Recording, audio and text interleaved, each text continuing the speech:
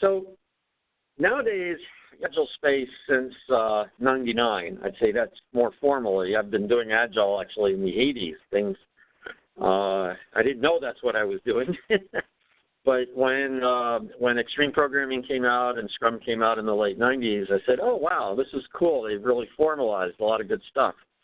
And I didn't totally understand why it was good when I was doing it earlier, but, you know, as it got more popular and more people talked about it and I started studying it, it's interesting. You get more when you study it than just when you do it in some regards. So back then, I remember the choice was kind of like Scrum and XP, one more technically oriented than the other. But, you know, we continue to have kind of more choices. Now, if you're at large scale, there's the Scaled Agile framework is a choice for doing large-scale Agile. There's also, if you're at the team, there's Kanban.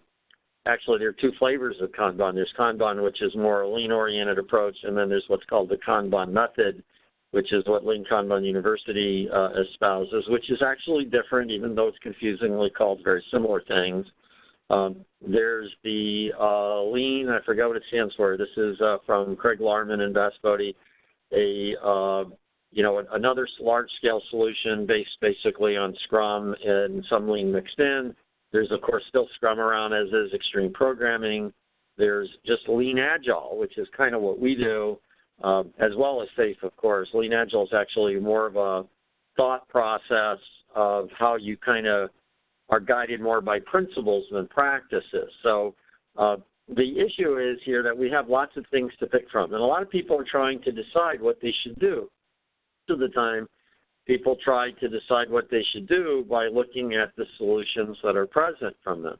And I'll even mention another one that I don't have on this list here, but the DAD, Disciplined Agile Delivery, they actually are a hybrid of approaches. So the idea is, well, I got so many choices, maybe I should just take, not do I want SAFe or do I want less, but maybe I want pieces of each, which actually makes a lot of sense.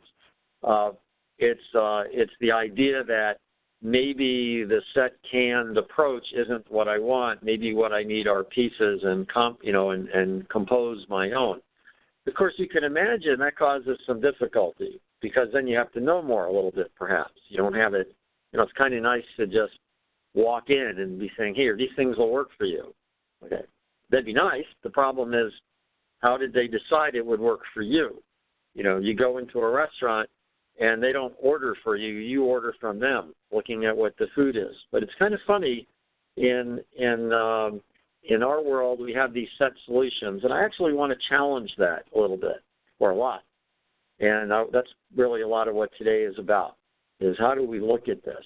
How do we look at instead of saying, oh, I'm going to do this particular approach like SAFe or like less, how do I look at, well, what do I really need, and how would I take that? What would that look like to do that? And when I started preparing for this webinar, I was thinking I'd go into a lot of detail and things like that, and because that's kind of my way. What can I say? I have a lot of depth. I've been doing Lean for 12 years, and it's based on systems theory and Deming, which I've been doing for over 30 years. So in some of these things, I have a huge amount of depth, and I tend to want to put too much in the webinars. So I'm going to caution you, that's not what's going to happen today. Something else might happen. But what's going to happen today is I want us to start thinking about the difference in how do I make choice-solved intentions and how do I pick solutions. And those might sound the same, but they're really not. And that's really what I want to talk about. So let's take a look here, see what I mean. Okay. See, here's another complicating thing. Some people, I'm sure a lot of you are familiar with the Agile space, and people talk a lot about Agile being about values and things. And sometimes when I try to think about, well, what's the difference between these approaches, like Scrum or Kanban or Lean-Agile or SAFe or less or Nexus, by the way, Scrum or large scale, is there's actually mindsets. And I figured I'd look at two things that everybody says they do. Everybody says it's about respecting people. Everybody says it's about getting feedback. All those things, all those methods I just said, all say these are critical things. But mindsets are interesting because we don't talk about them much. And in fact, my experience in this space. And when I say in this space, I mean the space of trying to transform organizations to do better. And my company, we tend to focus on companies that have an aspect of their services and business delivery to have a software component, because we're really, really good at helping people build software and develop software and things like that. So we're not just general business consultants. We're business consultants when there's a software aspect to it. That could be IT, could be product.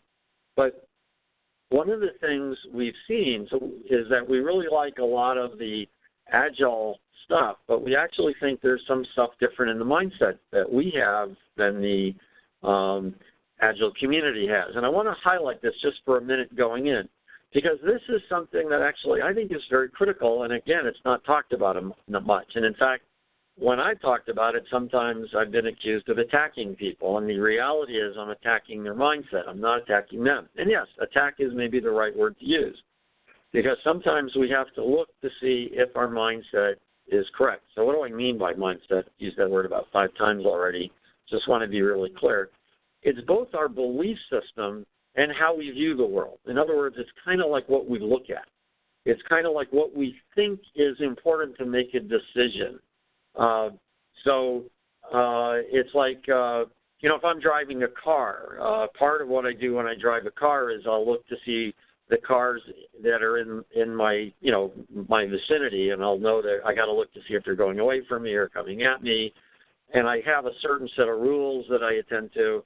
And it's funny, sometimes if your mindset matches reality, so to speak, and it gets a lot easier than when it doesn't match reality. I joke about the first time I went down to New Zealand, how crazy drivers are in New Zealand. I mean, absolutely insane.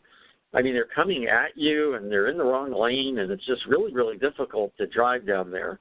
And, of course, I'm joking. I'm from the United States, and we drive on the right side of the road and then drive on the left side of the road. And if you don't know that, if your belief is you're supposed to be on the right side of the road, and then you think everybody else is crazy, you have a really difficult time when it's really no harder to drive on the left side of the road than it is to drive on the right side of the road, but you have to know that. So sometimes we can shift our mindsets quite easily, because somebody will just tell us, hey, here you look at this and not that. But sometimes our mindsets are very entrenched, and sometimes our mindsets are things we identify to the point that we actually believe we have something to do with it, and that our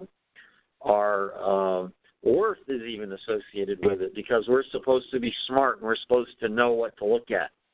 So part of the problem we have with mindsets is that they're sometimes scary to be challenged. Yet actually my experience is that looking at mindsets is one of the really more powerful things you can look at, because that's truly where learning takes place. And in fact, if you think about it, those of you who are Agilists now and are trying to convince other people moving from, say, Waterfall to Agile, you can see there are different mindsets there. Waterfall thinks you can plan ahead and move forward and do things in big batches, and you focus on productivity. And in Agile, you focus on different things and have different beliefs. So that's kind of what I mean by mindset. It's the belief, what we look at, it's how we view the world.